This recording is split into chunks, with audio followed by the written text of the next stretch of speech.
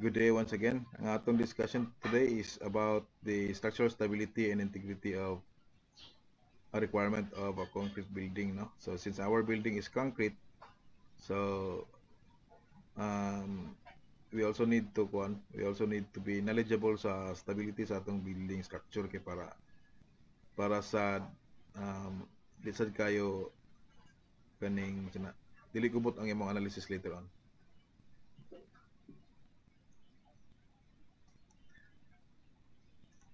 So, outline is somehow mababaon na to ang stability sa unsabot po sa stability and instability. And then we will learn the loading na dayon po no. Apil na din na siya. Although kuno na siya kana mga overview lang gyapon na sila class. Ato ra gyapon ang i-in-depth o discuss later. And then causes of building instability and how to avoid instability. So stability is the ability to resist displacement from loads without any reduction in performance, no? So it is also the measure of the difficulty of displacing an object or system from equilibrium. So sa atong sukad pa sa atong mga engineering sciences ng mga subjects like um, static of rigid bodies, gitudloan ta didto og unsa ang mga behavior sa linear forces, dynamic of rigid bodies, no, katong na mga accelerations, and then itudloan din mo sa mga strength of materials. So study na to siya sa internal forces nga acted upon by the material or the body or the structure itself. So mga stresses. And then tuduan din mo sa theory of structure. So ang theory of structure is basically a combination of the external and internal forces. So combination na siya sa inyong static of rigid bodies, dynamic of rigid bodies, and strength of materials. And then gi-apply din na siya dito sa structure. That's why ituduan mo dito unsaon pag-analyze ang mga structures like beams and frames and trusses, no? So ituduan mo dito unsaon pag-analyze ang truss. Lahi man ang truss kay pin connected man, so wala siya mga moments. Nya ang beam ang kaning ang beam system sad, ano? Naay mga determinate beam framing or napoy indeterminate, ano? Itudloan din po mo pag-analyze og mga frames. Yan na. So not all procedures programmable. So ang programmable lang nga procedure is katong matrix method. Although you can program kaning kuan, you can make use of Excel actually anytime. Kaya lang specific siya to a problem. Even kanang moment distribution method, ma-program nimo na siya but specific to a certain structure, to a certain frame. Pero kung gusto ka nga generalize nga program nga bisag unsa nga frame imong i-input, pwede niya ma-analyze. It can only be possible kung mogamit ka og matrix method.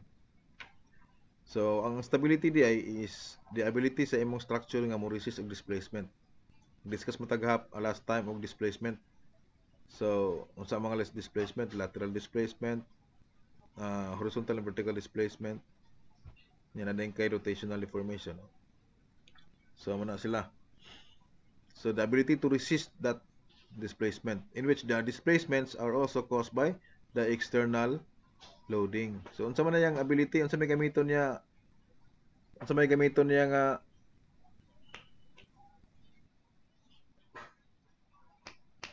unsa may gamiton niya nga kanang kuan, unsa may gamiton niya nga kanang unsa may gamiton niya nga kanang aron makaresist siya og kanang displacement. So it's the internal forces, no? It's the internal forces. So muna siyang stability. So kuha na siya class knowledge sa imong external and internal forces ang nagdagan din. So ang building stability is also the ability of the building structure na, no, to resist displacement from loads without any reduction in their performance. So without any reduction sa performance. So unsa tibot pasabot sa reduction sa performance, no? That's why we analyze our structure. Soon we will be analyzing our structure kay we want to determine banda internal forces nga ma-experience sa imong structure, sa imong building structure, so that atong ma-design ang each element. So dapat ang imong building mahimo siyang stable kung dili siya maingon nga kanang kuan, dili siya walay excessive displacement. Kung mahimo gani walay displacement pa. Pero since material is elastic man, di man nato na malikayan nga kanang kuan, di man nato malikayan nga kanang, di man gid siya ingon nga gahi kayo, and we allow it to be elastic somehow or even ductile kay para whenever na ay kaning external forces, maalaw ra niya makakuan na siya, maka-play around ra sa external forces.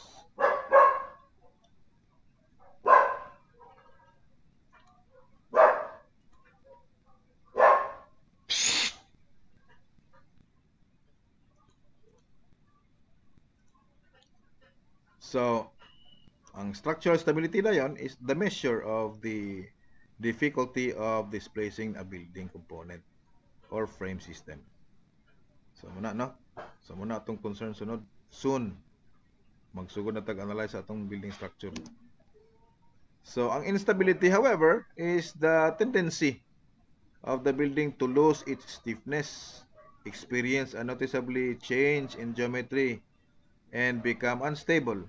So, kung sa man may tabo, for example, an earthquake may tabo. Pag na earthquake may tabo, sobra na day kagamay ang mga poste, no?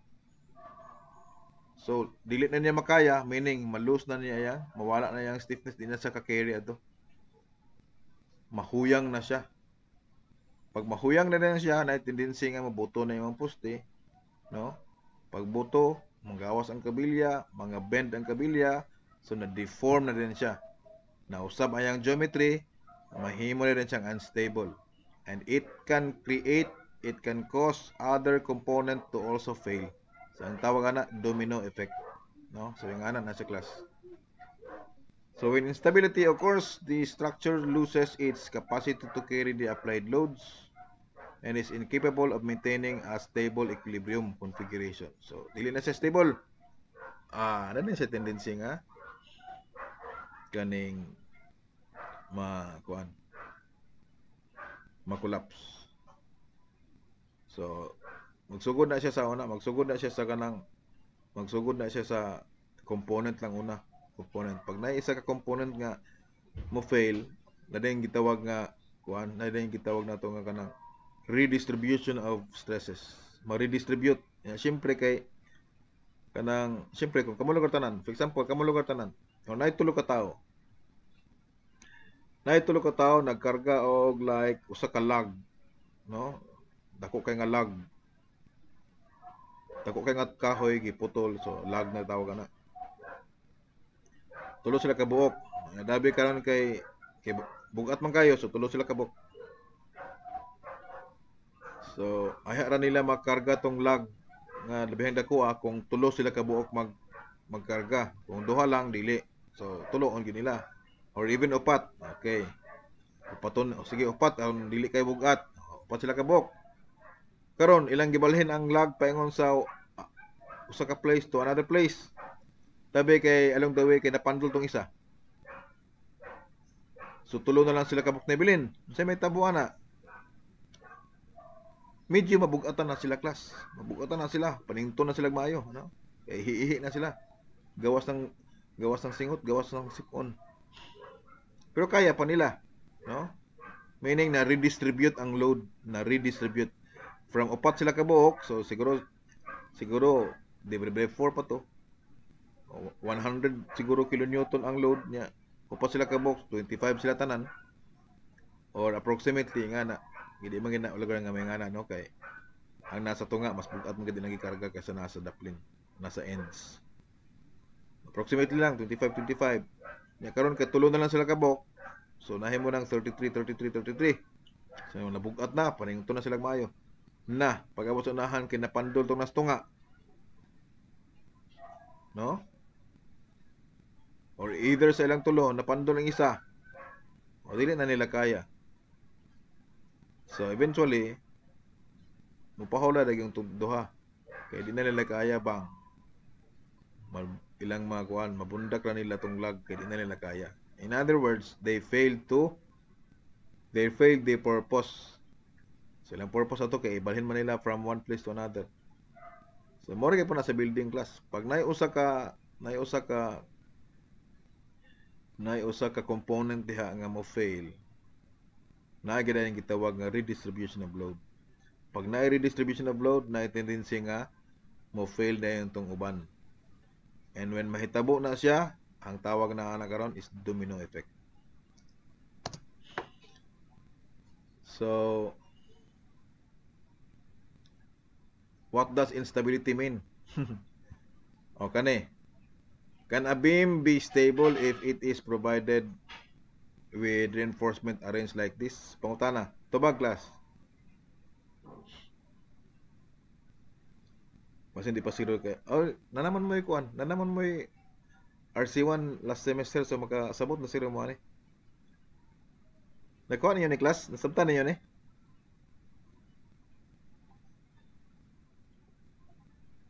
Class, nasabtan niyo ni class? Yes, sir. Oh, unsay problema ani? Stable ba ni siya o dili? Dili siya stable, sir, kay ang iyang support sa iyang midspan kay nasa top, which is ang tension nasa bottom. Correct. No? Exactly na. Sakto na siya Ford. Umot na unsa sad ni pagabutangan eh. Sayip kini pagkataod, no? Sayip kini pagkataod. Okay lang unta Basin ni pag kani siya nga top bar na sa poste. Para aning na diniyo na sa poste. Pero dili man, no? Sayip gid siya. Sayip gid siya class. So it will never be stable. Later on pag mabuhusan na siya, so supposed to be ang naa sa tension na ang tension na niya kay na mas ubos, no? So ang daghan unta kabilya nasa ubos. So it will eventually fail later on. So dili na siya stable. So diha pa lang daan, dapat kamo mga engineer sunod, dapat kabalo mo correct ana. No? Ila mo giusahay lagi nga mga kung balay-balay lang na uban nga kanang magmantener lang sila og magmantener lang sila og foreman. Di na sila magkuha og engineer kay mahal daw. So mapo na ang kuan pod. Dili maayo. I hope nakabasa mo ato akong gi-post nga katong kuan. Think twice. Ato dito, mo to issue ato class. Muna oh. Sayop kaayo. Pastilan, dili kay isa lang, daghan gid sila. Kani. Can a building structure be stable if it is not provided with columns? Kana class. Stable na dili. dili gid, sir.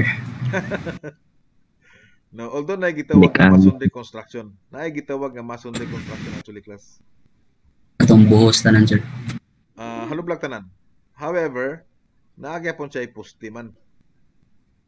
Naagyapon siya poste pero lay ang halublock niya. So it could be a rectangular or square nga halublock. Nga na siya. Nami subject ka na sa masteral before. Nana siya nga kuan sa masteral. Masonry construction. So you can use all masonry hollow blocks. However, lahi-lahi sila og form. So kanang usually niyo makit-an nga mga hollow block mo na siya ang pang-wall. Lahi pod ang sa column. Ang sa column is lisod man kahimo og porma ang lingin. So sagara na square na siya or rectangular. Hollow din ang tunga. Kay magbuhat man kadaan og cage ana kanang imong reinforcement. So ibutang din nimo na sa imong location sa imong poste. Ibutang din nimo to imong mga hollow block. No? Hayden siya buhusan. So basically ang kanang imong hollow block mo mo serve as covering sa imong column. Pag-abot nimo dito sa mga beam, lahi po dayon ang iyang porma sa hollow block. Mo nag U shape pud na siya. U shape. So pag-abot nimo dito sa pinakatapusan nga hollow block, ibutang din nimo tong hollow block para sa imong beam nga U-shape, and then na rin siya gagmay dito sa bottom niya kaya mo lahos ang kabilya. So ibutang din to siya, ahit na niya ibutang atong cage kay nakabuhat naman din kag cage daan sa imong beam. So ibutang din tong cage, ahit na siya buhusan. So nga na siya ang sa masonry construction. Dili ingani nga ang saligan sa imong slab ang kana lapong wall, dili gina siya pwede na nagay isaw na bawog na kaini oh. Nabawog na gina ang mga portion no. Dili gina siya mao, no? Kana building structure agay cut man niyo. Be stable kung mas dako pa kuno imong beam. Ya mas gamay imong column. Tanawa gud no? Nara ba ni sa ato sa class? Nara ba ni sa ato sa eskwelahan engineering building kita ko ana? Yes, sir. Ba, mas dako pa ang beam, mas lapad pa ang beam kaysa column. So ang column gikaon sa imong beam, which is supposed to be bali. Dapat unta imong poste mo'y muputos sa imong beam. Para na siya ductile ang imong ductile imong connection. We follow the principle of the strong column weaker beam principle. Strong column weaker beam. Kani sayop na siya. Can a building structure be stable if it is built like this? Kung dini pa ni sa Pilipinas, pwede kani? No? Murag payong? Dili gid, sir, bay. Murag dili siguro, no? Dili siguro. Ambot lang ka siguro sa Palawan or Sulu, but murag dili gid gyapon kay namaguta sa ata sa location wherein ang yuta is always moving, no? Ata sa kilid sa usa ka tectonic plate, so lisod kay na sa Philippine plate. What can you say about this construction? Kanang lugar po do? Na kay poste, unya taas kay yang cantilever. So yang gibuhatan, yang gibutangan og diagonal brace. So ang resulta ani, ang imong kataas imong poste namubo na lang imong unsupported length mga na siya. So gitawag na din karong short column. So ang stresses, ang shear ma-focus na lang din sa ubos. So kung nailinog, diha din na siya bubungkag. So dili na siya maayo. Okay, so loading. So naatay gitawag nga gravity loads, and lateral loads and other loads, no? So commonly we have the dead load and live load for your gravity loads. So gitawag na sila gravity loads kay of course going downward man sila. And common lateral loads are the seismic loads and wind loads. Although we also have the other loads as stipulated in the NECP, no? We have the rain load, vertical na siya. Lateral soil and water load pressure, horizontal. Loads due to fluid, either way, horizontal and vertical na. Labi na kung mag-design kag tangke. Mag-design kag tangke, kuan ka na sa tao ni. Kung mag-design kag tangke, kay lateral load ana napod kay gravity load. Ako gi-design sa una nga kuan tangke. Ara ba to?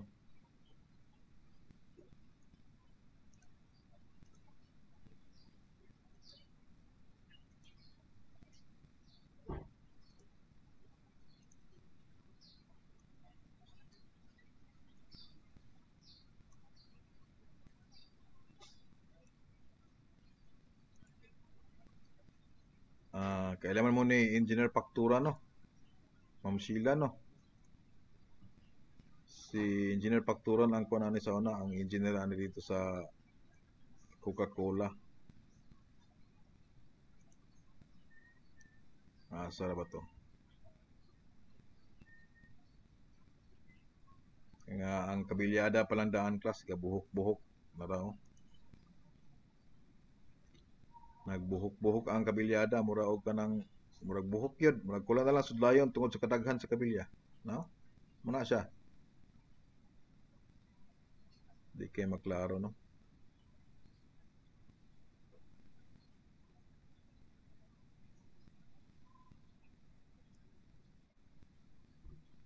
Hmm.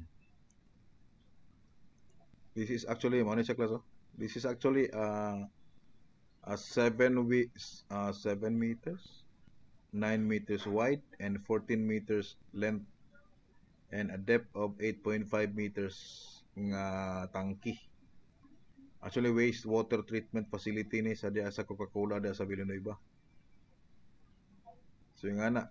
So this is an example of a structure that is loaded with fluid, no? Wastewater man eh. So mas bugat siya sa tubig. So gidesign na siya to resist vertical fluid pressure and horizontal fluid pressure. Now, so grabe ni siya ka kuan. And ang nag-design na is yours truly.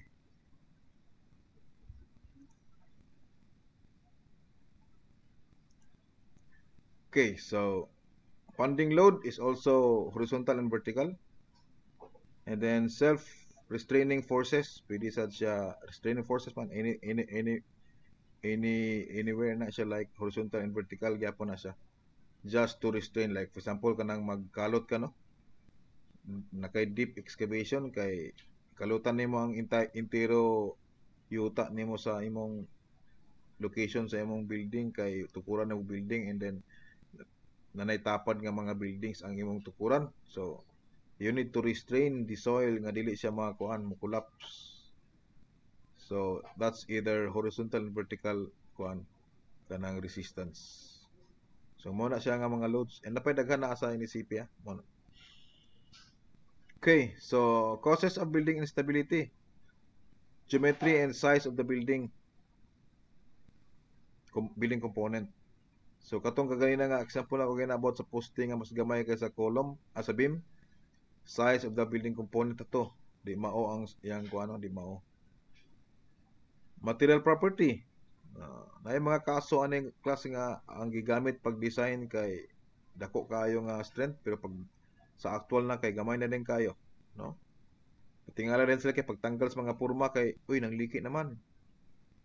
Pag evaluate karon kay sus gi-hammer test agoy mubo ra man day kayo ang strength unya kay ang pag-design kay dako kastanan.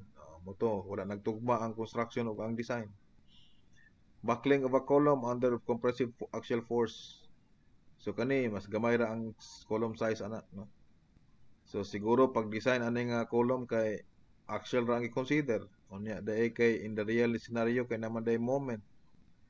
So hingbakol ang imong column, no? So sayop ang pagka-design. Sayop ang pagka-analyze. So ingana na sila class. Lateral torsional buckling of beams under a transverse load. Mapun ni may tabo kung labi na kung lawom kayong beam nga nipis, no? Naay tendensya nang mobakol na imong beam. Nasa usahay nga naay sideways buckling of an unbalanced frame. Sideways buckling. So dili siya mobakol along sa iyang axis sa iyang frame, but dito siya mobakol sa perpendicular to it, no? Due to the concentric column forces. Okay, so geometry. Ingani. You might have seen this one in the internet, no? Nya gani nanay uban dinhi sa ato karon. Naay usa ka arkitekto na sayop siya og design sa iyang office. Unya kay pagtanggal sa ilang form kay nangliki naman ang salog, so gipatukhan sa porman sa tukhi na tanan diha, tukhi unsa may naa diha, sir arkitek, mga tubo ra man ni ipang tukod ng mga tubo, ipang tukod karon pag bisita naman to. Sus di naman makuha ang mga tubo sa adiha na lang na.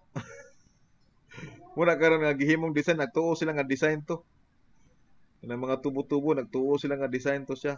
Dili di ay nasayop to siya tungod kay wala man makuha lagi og structural designer, sila ra nag-design. So pagtanggal sa forma, taas kay nga cantilever, nang liki ang slab, gipangtukhan karon di na matanggal di. Di. So nagtuo na sila nga design to, pang awat-awat dayon sa uban, no? Giawat na yan sa uban nga tubo. Kato lagi kang kuan kay tubo ra lagi to. Na pwede lagi. Nana mo na diha. Wa sila kabalo sa unsay history, no? Dili gid maayo ang mag-awat-awat. Labi kay kita man kabalo man ta na class kay kita may mo calculate. So dapat kita makakuanta. Dapat aware ta sa mga scenario, aware ta sa mga panghitabo kay aron sad maka-defend ta sa atong mga claims. Kita calculational ba ang atong decision, atong decision, ang mga decision nato is based on calculations. Ang ila dili, no? So muna siya. So dapat how to avoid instability, no? So dapat ang arkitekto in the first place, ang arkitekto ang mga engineer mag-collaborate na sila. Dapat mag-collaborate na sila class. They work together from the very beginning pa lang sa pagplano, no? To create a higher quality of conceptual seismic design of the structure. Muna siya. Kaya di maginato na mahiglikayan nga na kailangan ginato i-consider ang earthquake sa Pilipinas. So muna siya. Abi ninyo class dito sa gawas, lahi ng ilang gitawag og civil engineer, lahi po ang gitawag og earthquake engineer. Unya akong gikuha ang diferensya sa earthquake engineer og civil engineer. Ang ilang earthquake engineer di ay is civil engineer to siya nga nag-study siya about earthquake. So kita sa USTP kay naman tayo earthquake engineering. Di kung mo-focus ka diha, you will become also an earthquake engineer. Ang mga arkitekto mo sila kabalungan na. So dapat mag-collaborate sa pagsugod pa lang sa design, conceptual pa lang, mag-collaborate na silang duwa. No? Dili kay tagaan ka lag floor plan and then ikaw na din ipa-design, pag-ando. Naay scenario na sa una sa ako. Ako na experience sa una. Nga kaning gitagaan kog floor plan. And then ang akong trabaho is magsugod gid sa magsugod gid sa scratch. Ako pa ang mag-design sa location sa mga columns. And then karon kay na may gusto ko magbutag poste dinhi repita to make out my frame stable pero dili pwede kay naay bintana sa babaw or naay pultahan sa ubos. Ano lugar, no? Nya dili mo sugot ang arkitekto kung akong i-change. So, amin ko nga di pwede atong isibog ning bintana kasi nga naman mabutang kog poste di repit. Iyo lang kay makadaot sa design. Sige, makadaot sa design, mo to. Di sila mosugot. Dili sila mo compromise. Sa may tabo. So ang tendency is na ako yung mga kanang misaligned columns. So naay column sa ubos, pag abot sa ibabaw kay di ma-continue ang column kay naay bitana, naay opening. So mo sit back ko.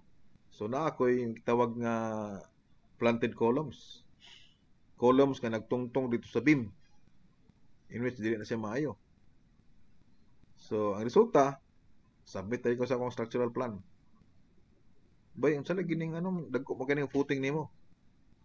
Mo na akong ingon sa imo sa una. Imbita ko nga pwede ba ni masibog ang imong mga opening kay butangan og poste diha di man ka mosugot. So ang resulta na ako mga planted columns.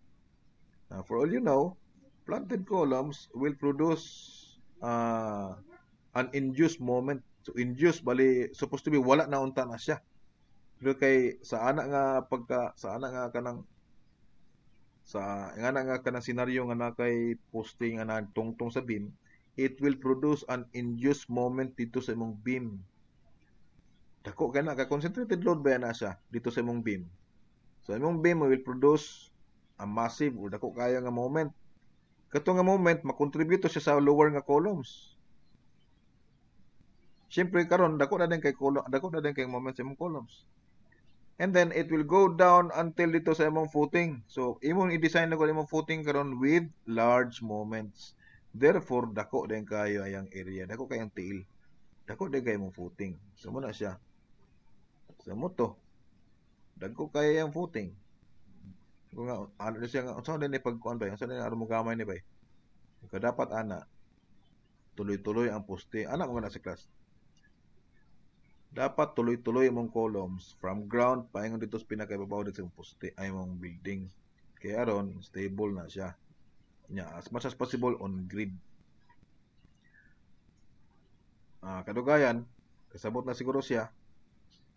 Pag mag-design na siya daan karon, iyan ang i-grid iyang poste. Iyan ang ibutang daan yang propose niya nga location sa iyang poste. So propose lang niya. So meaning I can add or I can delete. Nga na lugar no. Malipay pud na sila kung madilitan niya mo poste kay kung sobra ra pud kadaghan nilang poste, pwede man nimo pangtanggalan na. Kay gasto ba kayo kung na mga redundant ng mga columns no. Redundant numbers of columns. Pero kung kailangan gyud, pwede sa tamudugang. At least na siya mga propose nga yang kuanadaan ng mga columns. So sa nga nagpagi hinggamay na dayon ang mga footings no. Dili na rin kayo gastos. So nga na. So dapat in the first place mag-collaborate ang architects and engineers. No? Pero lang di mong malikay naging na tension between sa ilang duha. Na tension. So kamo karon silante pa man mo makigamigo na mo daan og mga arkitekto kaya ron mga architectural students kaya sila rasad ang mahimo ninyo nga mga partners in the field later on. Dapat wala nang tension. So ano mo sa among panahon kay naay mga tension. Kung mag-UGT ka until sa arkitekto na dili ka kuanon, dili ka timanon, wa kay matun-an kay ang feeling nila kay pag mo graduate na ka, mahimo na kang engineer, mahimo na kang kompetensya nila. So ang hanap ito nga mga mindset, dili na siya maayo. So dapat na ay collaboration. So dapat ay ngani man na gitawag ni siya og serial design diagram. Nga ang una kuno sa unang panahon at an early planning stage, arkitektura na katrabaho ana, buhaton na niya daan ang even ang structural plan buhaton na niya ano. Mag-define na siya mga non-structural element. Yan na ipang-define. Anya dayon, pasagdan na lang engineer afterwards, pasagdan na lang engineer nga buhati ko calculation na dapat pasar na ha. Na di na mao. No? Di na mao. Dapat na ay close collaboration, no? How to maintain a close collaboration between architects and civil engineers. Good relationship, class. Good relationship. So, yan ka. Nakay parallel design diagram. Ang arkitekto, ang mga design na civil engineers, nagdunga na sila. From start to finish. Ana na sa class. And next is to follow the seismic provision of the code. So, natay seismic provision sa code. And we need to follow that one. So, ato nang i-apply din hikaron sa atong subject. Ato nang i-apply. Pero, it would be much easier for me unta kung nag-una unta yung subject na earthquake engineering. Pero karon kay parallel man ni karon, so hopefully pag-abot ninyo dili mag-una kita ni class, una kita maka-discuss anin siguro kaysa inyong earthquake engineering. Anyway, ato na siyang i-take out. Katulo is to avoid soft story ground floor. So unsa man na usually kakahitabo? Daghan kay mamakit ang mga building nga kasagara tungod kay mga commercial building lugar. Kasagara ang naa sa ubos mga glass ra ng mga kuan class, mga glass ra ng mga walls kay aron kuno lagi makita na sa sulod like restaurants, display centers. Mga ngana no? So kulang og stiffness ang naa sa ground floor compared sa naa dito sa massive kayo nga nasa ibabaw sa building. No.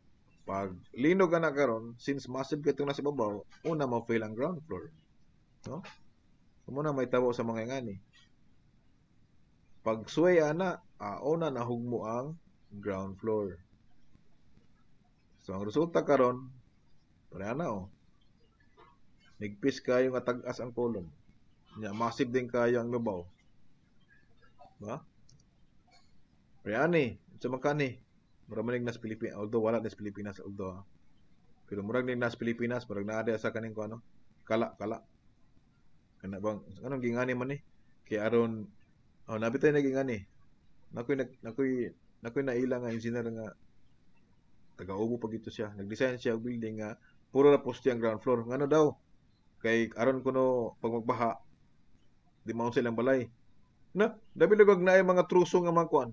Maanod sa imo maanod sa baha nya maigo na mga poste. Totoo ka siya di mulut, di na mulutaw kay massive man ang hollow block. Hubo gihapon na yung building no. Pero kana nagtakilid na kana sa daan. Dili gina mayo. Massive kayo, grabe ka stiff ang second floor while ang ground floor poste rin nagdaga no. Dili gina sa mayo. Nanay gitawag nga sway mechanism. Kusog mura sa baling nga pendulum. Kusog mo sway ang ibabaw ana tungod kay mas bugat ang ibabaw kaysa ubos. Kani ang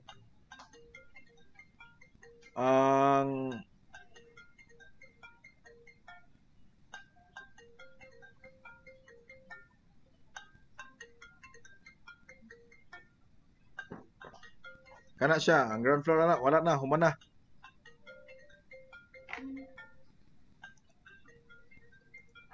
Ina nga nagklasiko. So ang ground floor nawala and then napulihan dayon og second floor. So, ang second floor karon nahimo na karong ground floor, no? Una yung ana. Kani, mura lang wala na itabo sa imong building, no? Mura way na itabo. But if we look closely, na nanade ay na shear off nga kuan ay na shear off nga column dito. Kani himbuton ni nga column kaniyo. Himbuton ni nga column kay sobra ra ka kuan, sobra ra kalagyo ang iyang ties, no? So wala. So almost na damage ang entire ground floor day ani nga building. Kani. So ang fear gid ani nga building kung kana puro ra glass, no? Dili gina siya maayo ni nga glass. Naman kani ingana di kini maparehason sa dimong poste sa ibabaw sa ubos. Kaning isa nga project diya sa Uptown. Kay project sa Uptown nga gitawag na ko na siya og gitawag na mo nag smart condominium.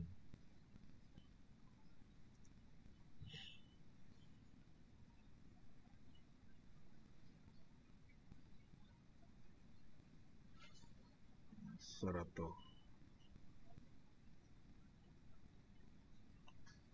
Kani. Kana no?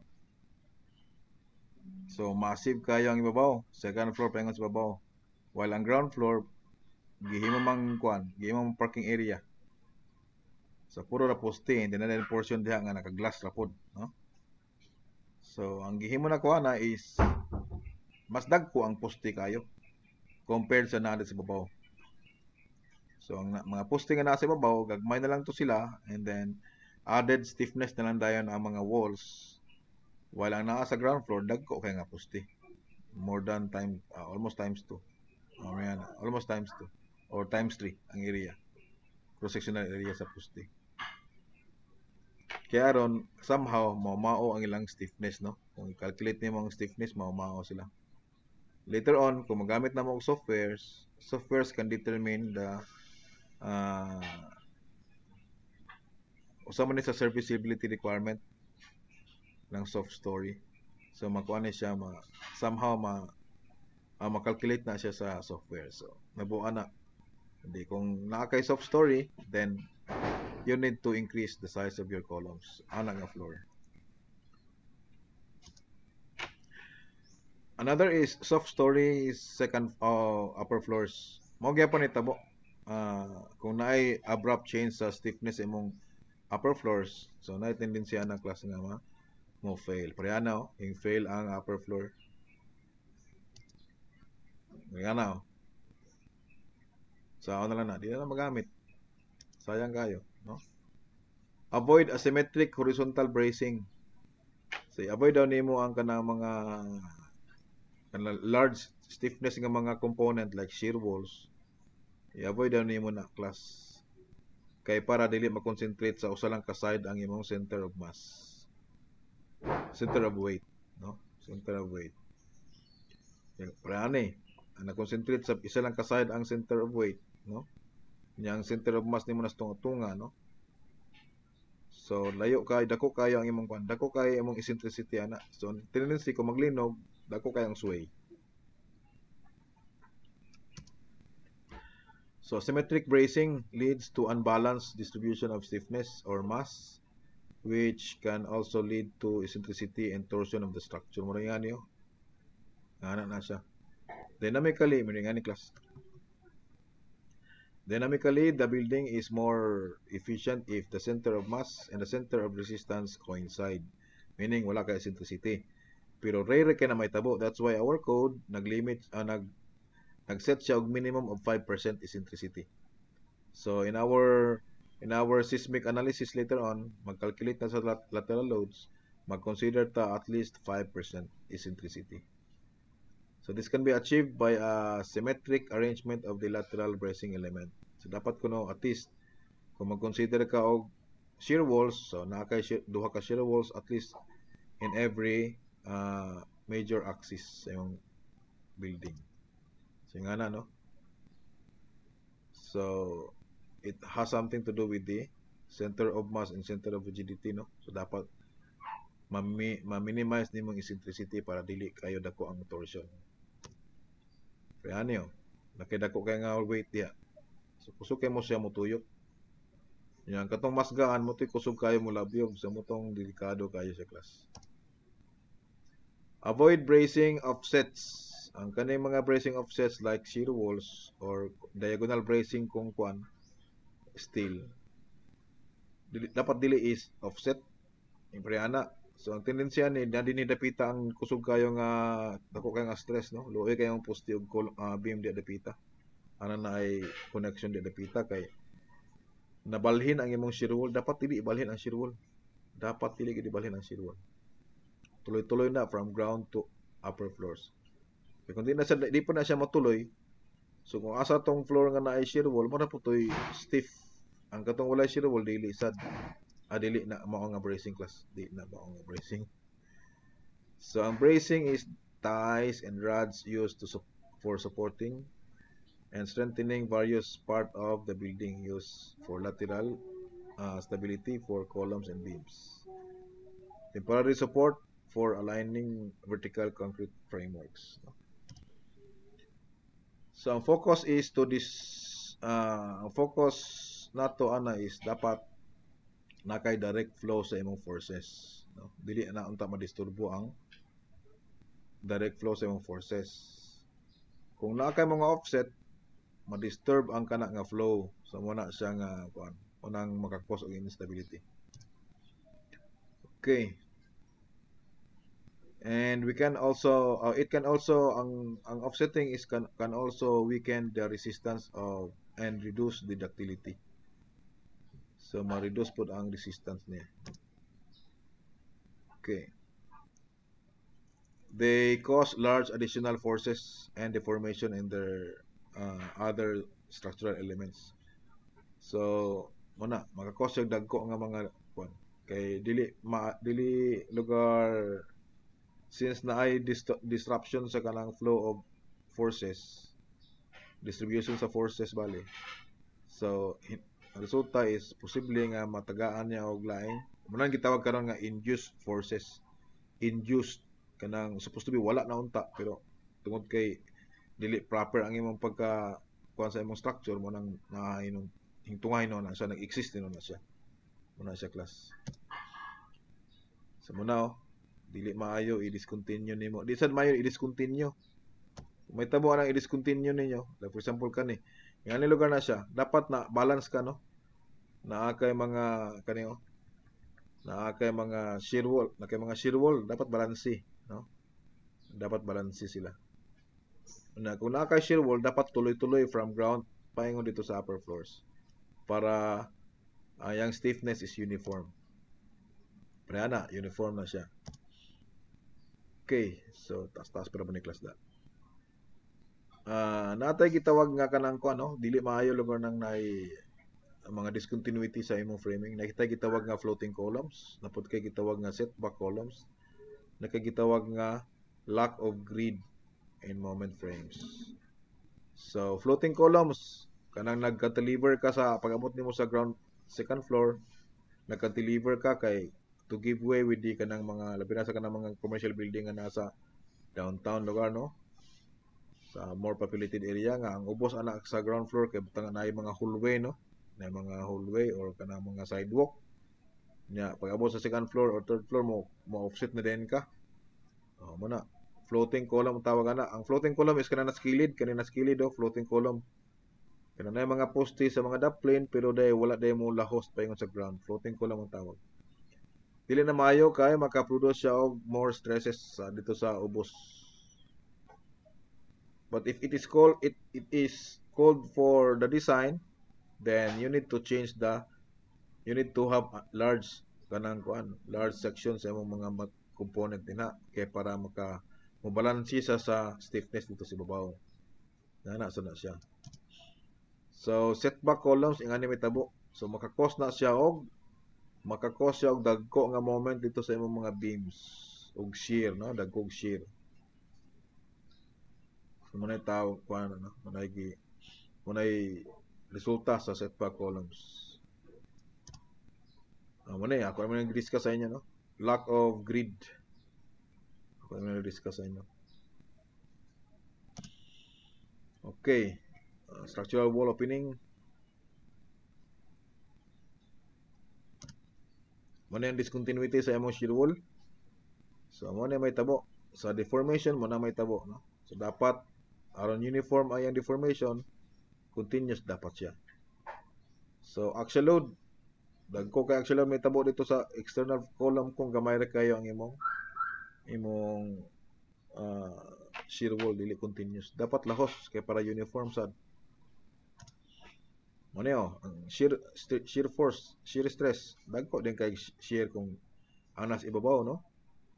Compared na sa ubos kay na may shear wall sa ubos. Ang shear wall ba basta gani isa gitawag nga shear wall kay siya mo resist sa shear.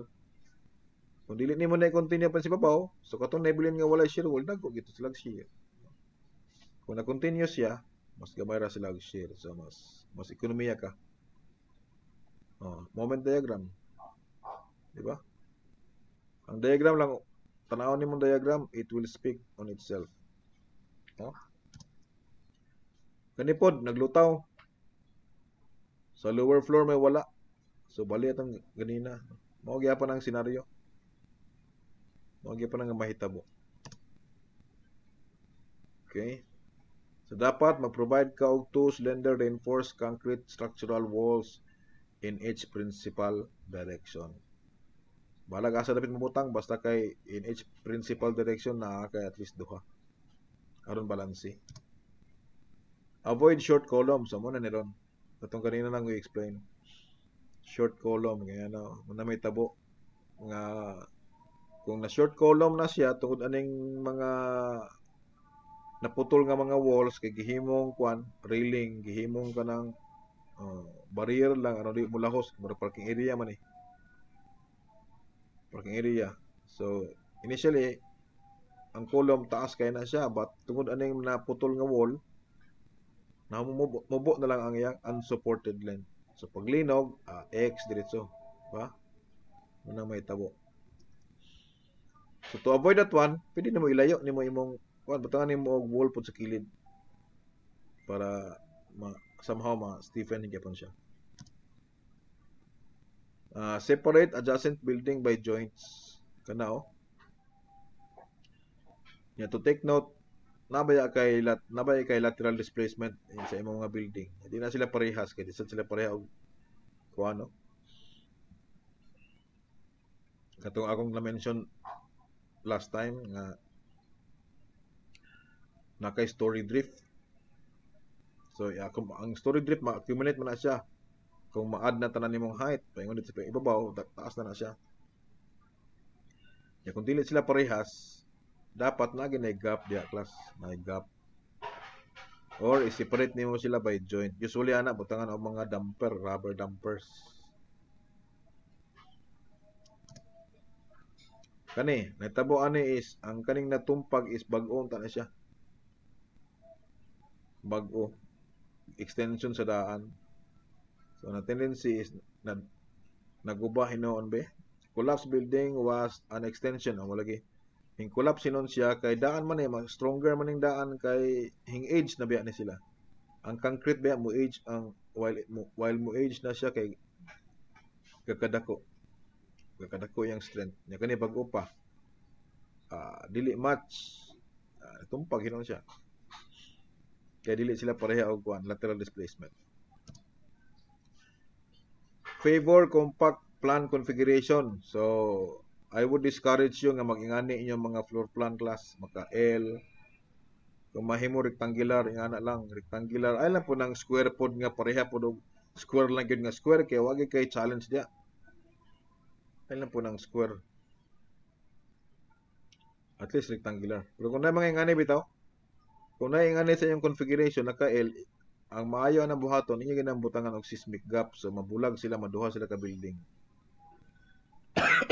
Seismic. Dali na nato gamay ha kay hapit ang time. So ingani ang maayo nga configuration dili ingani. Nako na himo ani. Pakita na ko sunod ang kanang mga picture nako sa katong naay magtapad ba na mga poste ni magtapad na amo ang gibutangan og kanang kuan gibutangan na mo rubber damper pati ang footing gatapad gyapon na naagya puti rubber damper.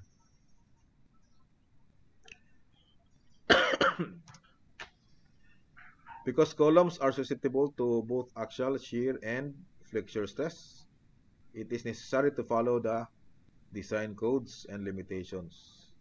Usa na is to follow the mga hooks ba dapat 135 siya kulang ng 90 degrees plane ba naga 135 yang hook singana na sa class follow ta ana and napay daghan ani later on ato na ma-discuss pero sa akong klase sa una sa RC ako naman ang gi-discuss ni ato lagi pa silang i-review soon kaya na 90 degree naman yang ties good di usa na nakakos nga himbuto imong semento. Kaya na 90 degree lagi apon. Dali ra kay matanggal no, dali ra kay matanggal. Kay dako kayang force nga nakapabuto ani. Design the structure properly and construct accordingly. Pareha ani. This is a real scenario class. I-design ako na dito sa Uptown and then ang nag-construct din kay ang contractor kay arkitekto o niya gitawagan din ko niya Tagalog ra bang kagwa nga to naglagot lang ko class kay wa kay ko naka-explain og maayo kay ato nga time kay kapuyen kong Tagalog mo to nga naglagot ko sa ngayon kay wa kay ko naka-explain og maayo pero ako sa ginan nga kung imo lang usbon, then I will not be liable sa anak nga building anymore. Kaya saya ko nung experience ko no before, tag-as ko nga building, mas lamig ko na. So, ang atong subject sa atong discussion is kanang red nga beam. Taas ko no kay class. Since taas kayo, then, kanang, na, dapat ko no lawom kay na siya. Ya ka na, kay gamay ra man na sa akong design, gamay ra. Although dinhi sa akong illustration is ako lang gipareha og depth but gamay na ni siya. Ano man kuno nagamay nga taas man kuno kay siya.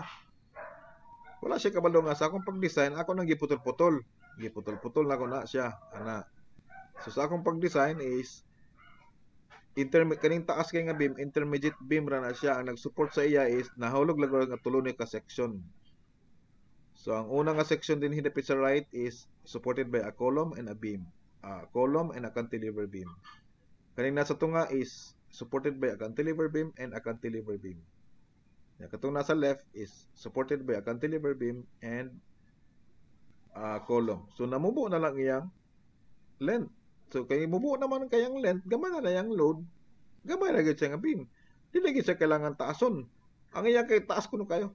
Dapat kuno lawom. So yang gusto niya dugangan daw niya og kabilya dinis tunga. O dugangan niya poste sa tunga. So sa may tabo kung dugangan poste class. Wa siya mosalig sa designer.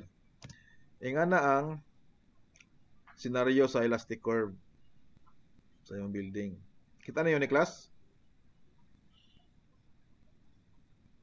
Yes, sir. Okay. Ingana Yes, ang sir. ingana ang senaryo sa elastic curve. So akong mag-focus ta karon sa kanang red nga beam. Muna, elastic curve niya ingana amo na yung support, no? Although na siya individual, na siya mga support dito nga another duha ka deliver beam. So ingana ang elastic curve. Ingana pagka elastic curve. Yan, nag-expect siya nga dapat kuno dako ni nga beam niya na tension diya sa ubos. Mo man iyang hunahon na, ingana naman iyang hunahon. Niya karon na ang tension na din ang compression niya sa midspan mo nasud na. No? So karon kay siyempre ingana man ang configuration sa elastic curve, niya ang tension mas daghan ang kabilya, ingana lang ang kabilya. No? Ingana ng kabilya na class. Mas daghan sa tension. Karon kay gusto niya butang support diya. Additional column. So ang tendency mausab karon ang iyang elastic curve may ngana na. So mabali na din na karon ang tension compression. So tension na sa babaw. Ang compression nabalhin, ang compression sa babaw, tension sa ubos nabalhin na siya. Na diha. Nasabtan class? Yes, sir. Okay. Karon liki ang labas sa mga kulangag reinforcement.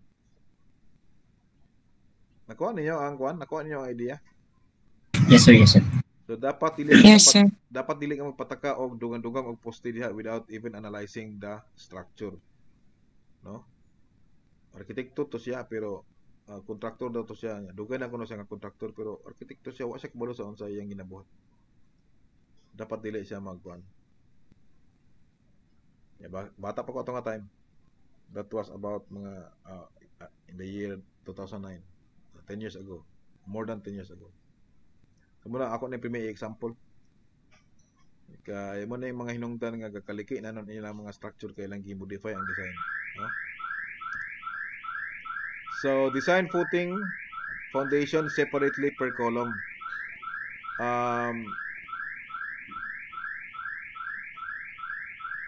Since nagamit naman tawag software sa inyo siguro sa ato lang siguro i-limit later on into about 3 groups siguro sa inyong columns. Lahi sa interior columns, lahi ang footing size, lahi ang sa edge, lahi ang sa mga corners. Pero kung tagaan gani ko ninyo isa lang ka footing nga design later on sa entire building ninyo, automatic gina siya redo. Nga naman atong i-separate tungod kay dili na sila pareha og loads. No? So like for example kani, syempre ang nasa tunga mas dako gyud nag-load kaysa nasa daplin, no? Sa beam dia, mo na yung mga loads. Mas dako gyud ang load sa daplin as tunga compared sa nasa daplin, no? So syempre assuming nga imong pressure sa ubos pressure sa yuta is uniform, mas dako gyud na P over A. Stress is solid bearing capacity is P over A. Unya dili pareha og load P. Di pud pareha og area, no? To have the same soil bearing capacity nga actual bearing capacity. So dapat ingana ilang footing, no? Dili pareha og footing. Unsa may ginabuhat sa uban? Nagtinapulan. Waon nang tong column nga dakog load, mo na rin design nun, awaton na rin tong uban. No?